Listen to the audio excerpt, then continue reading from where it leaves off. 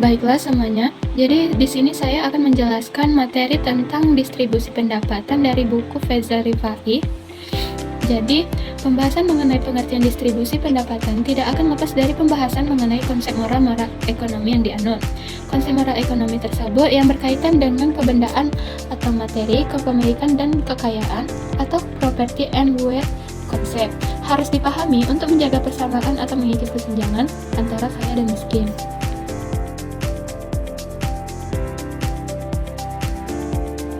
Pajak diterapkan atas kekayaan seseorang untuk membantu yang miskin dalam bentuk dari sistem perpajakan berkaitan dengan salah satu prinsip pokok Islam atau zakat.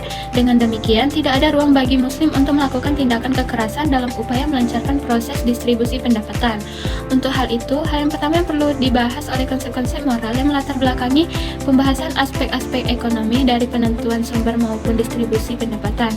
Yang pertama adalah konsep moral Islam dalam sistem distribusi pendapatan. Secara umum, Islam mengarahkan mekanisme berbasis moral spiritual dalam pemeliharaan keadilan sosial pada setiap aktivitas ekonomi. Moral Islam mengarahkan kepada kenyataan bahwa pengakuan hak milik harus berfungsi sebagai pembebas. Hanya karena pembebasan itu, manusia bisa mendapatkan kemuliaannya. Bukan sebaliknya, di mana hak pribadi diakui. Namun, hak kepemilikan tersebut harus bisa berfungsi sebagai nafkah konsumtif bagi diri dan keluarganya. Berproduksi dan berinvestasi alat untuk mengapresiasikan kepedulian sosial dan jaminan distribusi kekayaan. Menjamin untuk mengapresiasi kepedulian sosial dan jaminan distribusi kekayaan. Menjamin mekanisme kerja fisabilillah dengan semangat pembangunan serta penataan. Akses ekonomi untuk pembahasan mekanisme distribusi pendapatan atau hak kepemilikan materi atau kekayaan dalam Islam.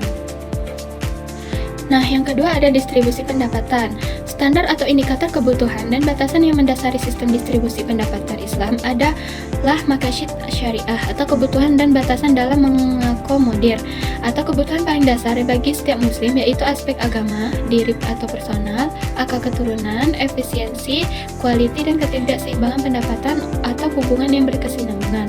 Untuk itu, kajian distribusi diarahkan kepada paling tidak 4 hal. Yang pertama ada sumber daya atau manusia dan alam. Yang kedua, pasar terbuka, terutama keterkaitan dengan struktur produksi. Yang ketiga, dinamika tenaga kerja dan relativitas upah. Dan yang terakhir ada model ekonomi politik atau siyasah al-iqtisadiyah. Nah, dan yang terakhir adalah distribusi pendapatan dalam konteks rumah tangga atau household. Distribusi pendapatan dalam konteks rumah tangga akan sangat terkait dengan terminologi sedekah.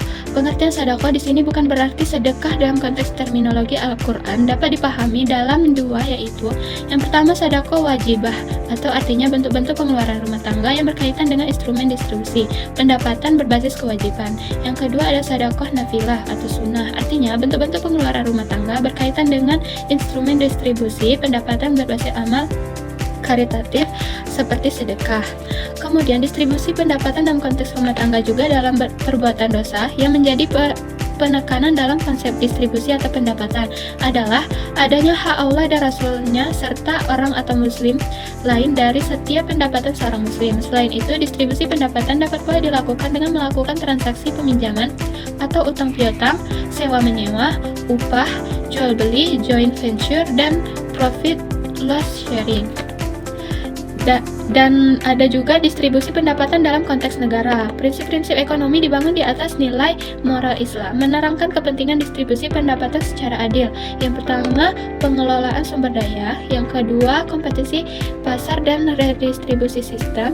Dan yang ketiga, modal ekonomi politik atau as-siyasah al-iqtisadiyah. Baiklah, mungkin itu saja materi yang dapat saya sampaikan tentang teori distribusi pendapatan dari buku Faizal Rifai yang berjudul Islamic Economic. Terima kasih telah menyimak pembahasan dari saya. Saya akhiri, wassalamualaikum warahmatullahi wabarakatuh.